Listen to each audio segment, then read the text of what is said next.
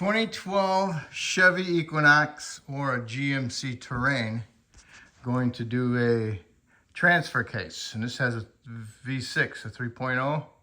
So what you need to do is jack it up, support it properly, and remove the right front tire, which are 7/8 for the lug nuts.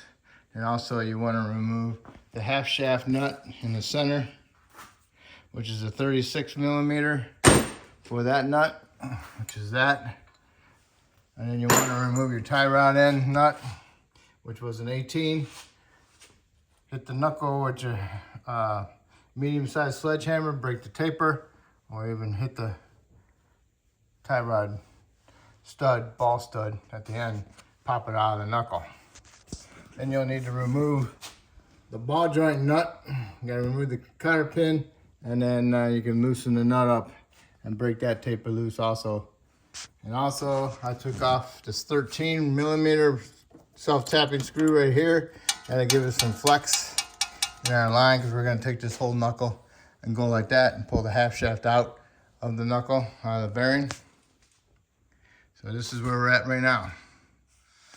Okay, my control arm had the removable ball joints with 3 bolts and 3 nuts, and they were 17 millimeter. So I removed the 3 nuts and removed 1 bolt, and I put a chain around my lower control arm. I'll stick a pry bar inside here and go underneath right here, and I'll pry it down. Be like this, looking like that. Okay, so I'll pry that down, and then I can pop my whole knuckle out of the ball joint, get it out over here, and then I can pull out my half shaft and swing my knuckle over off to the side. Okay, I pulled it out of the axle, I tapped on the axle, got it out to it's flush on the surface of here, and then I can pull my whole knuckle assembly out, and this comes out, and just gotta bounce it all the way out and get this out of here, get stuck in there a little bit. Once you get it out, go ahead and put a strap on and hold it off to the side. Then you need to remove your half shaft. You can use a pry bar, hit it with a hammer onto the end, on the inside, like right here, with a hammer, boom, and knock it out of that, into that tube, go through inside here, right about like right there, and hit it with a hammer, you can knock it out. Okay, half shaft is out. Careful when you're undoing it from the shaft there that you don't pop it all the way out and drop it onto the floor. And once you got that out, there's a bracket there. You have to get to those bolts eventually. Not right now. There's 1, 2, 3, 4, and there's some behind it, behind the exhaust. So we'll get the exhaust out of the way, and then we'll finish getting that bracket off of there. So now all we gotta do is take off the exhaust. So you need to get those 2 nuts off of there, these 2 nuts off of there. That would be the ones off the converters. Get this bracket off of there. Those are 13s. The exhaust is 15s. You got a hanger there, and you got 2 very rusted bolts there. Possibility they'll break or not come off. But there is a clamp right here. If this clamp comes loose, then that'd be a good sign. We can take this off right here and leave this together. Okay, I have the exhaust off. Get it off. Pulled over to the side as far as I can get it without really putting a lot of stress on it. Bungee cord there. Bungee cord here.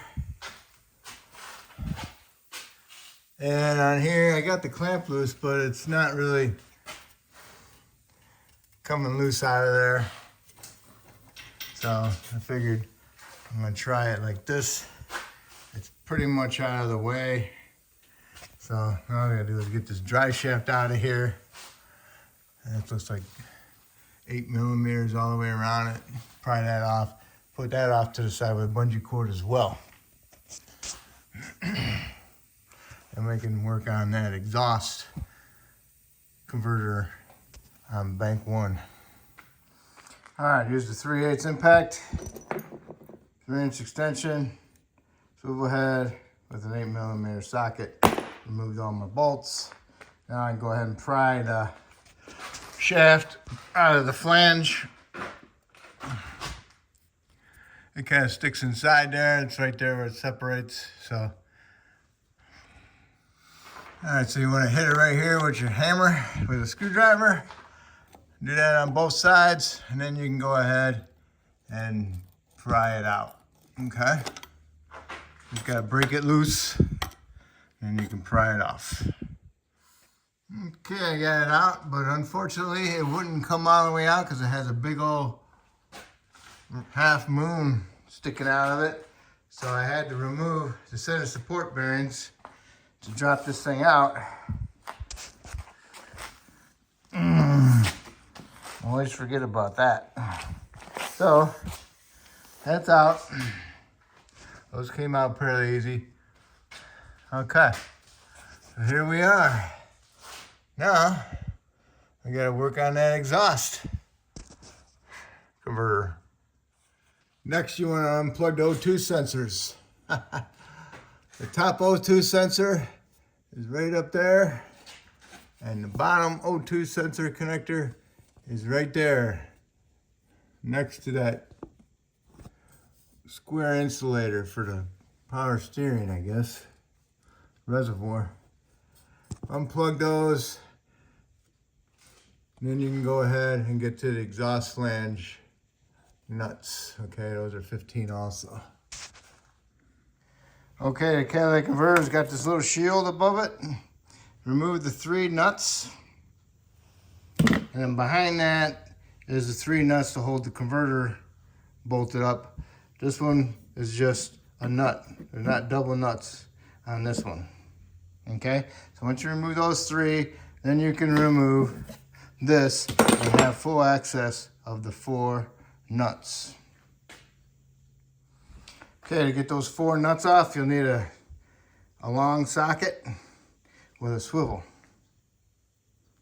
All right, I got all my nuts off. Now I gotta just fish my converter out. Okay, the cat is out. If you want, you can soak these down with some penetrant or even apply some heat to the base and remove the sensors and put some anti-seize back on them and thread them back in and just snug them up. Just for the future, in case you have a bad sensor in the future. So now we got that out, now we can work on this bracket. Got a couple 13s on it now. Okay, got 1, 2, 3 on the back side. Okay, we'll see how that goes. All right, the bracket is off. Got 13, 2 of them, 13 and 15 and a 15. There's 3 15s and 3 13s. When you're doing this one, careful if you're using an air ratchet because it will bottom out against the power steering. So just be aware of that. See that back trans mount? It's got 6 bolts on it. All right, you gotta remove all 6. So you got 1, 2, 3, and then you got some round holes with ones behind it. One there, and one above it. So if you look over here to the side, you'll see them.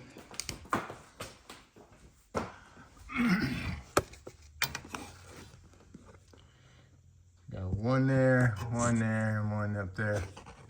See them all? You'll see them. So you need to take that mount out, and you can get access to the rest of the bolts holding this diff in, or transfer case in. Looks like they're 18s.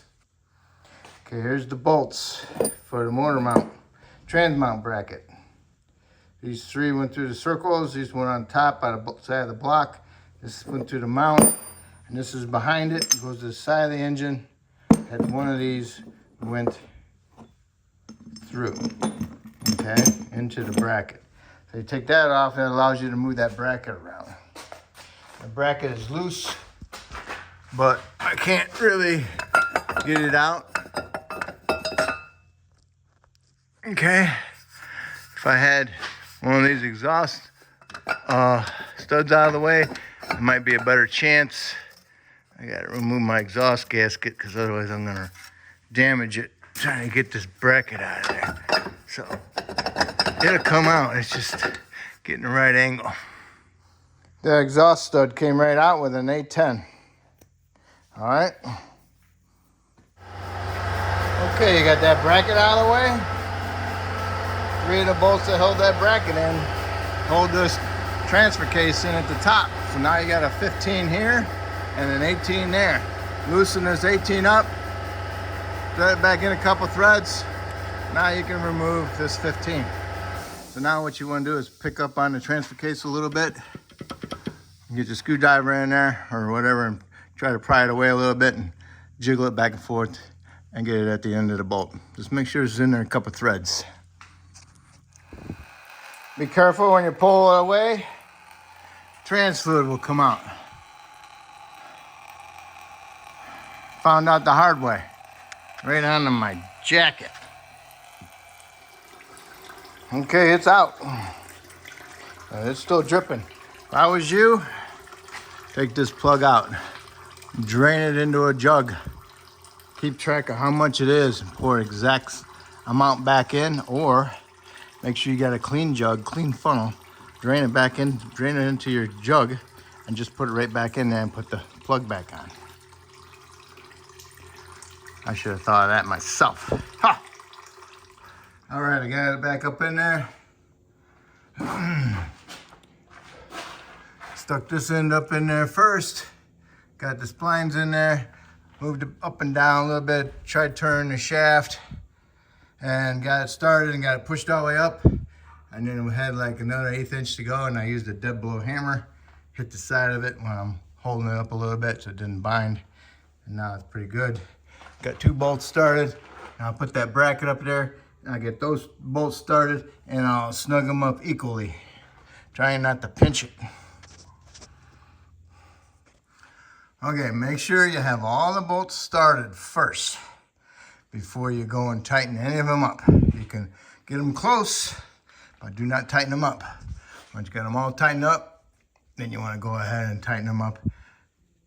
And snug, snug, snug, snug, snug, snug, and then tighten, tighten, tighten, tighten, okay? And then go ahead and tighten up your mount bolt. Now it's time for this little bracket, okay? This one goes into that bracket you just bolted up, and this goes to the side of the block. All right, got that bracket in there. Those 3, and don't forget about that one. 15 there, that's the one that bolts into from the trans mount to the transfer case, okay? All right, so now I got that done. Now, that exhaust stud back in there and get our converter back up there. Okay, don't get too far ahead of yourself now. I know I said converter, but I meant bracket, okay? Put this bracket on, put the 13, 13, 13, and the 15, okay? Get those 3 13s tight and the 15. Then you can go and put the 2 into the transfer case, because those 2 bottom ones, they get in the way of each other. So go ahead and put those 2 in there and tighten them up. All right, now you can put your converter in. Okay, got all 4 of your converter bolts, nuts tight. Now you can go ahead and put your shield up there and put your nuts on that. Okay, converter is bolted up. Shield is on. Plug in your O2 sensors.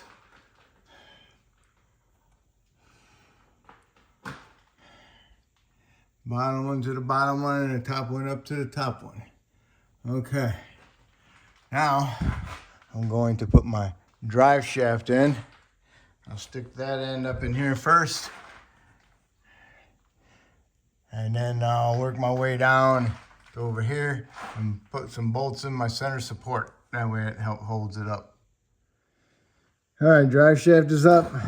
2 center support bolts are tight. The 6 around the drive shaft are tight.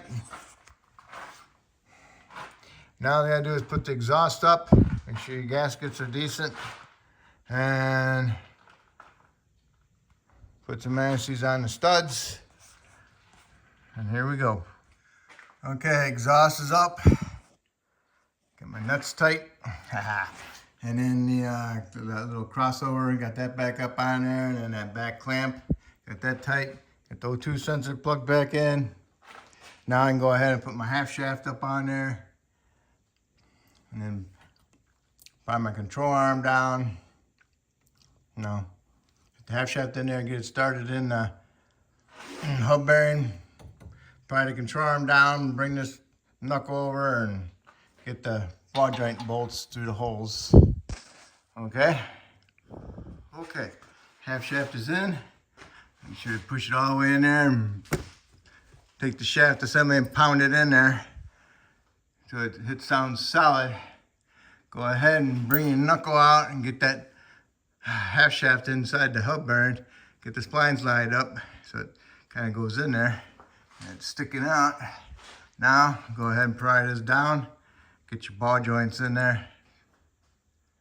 Your bolts from your ball joint, or your ball joint into the knuckle if you removed the nut. Okay, ball joint bolts are in and they're tight. Alrighty, now I just got to put my nut on and my little sheep self-tapping bolt there.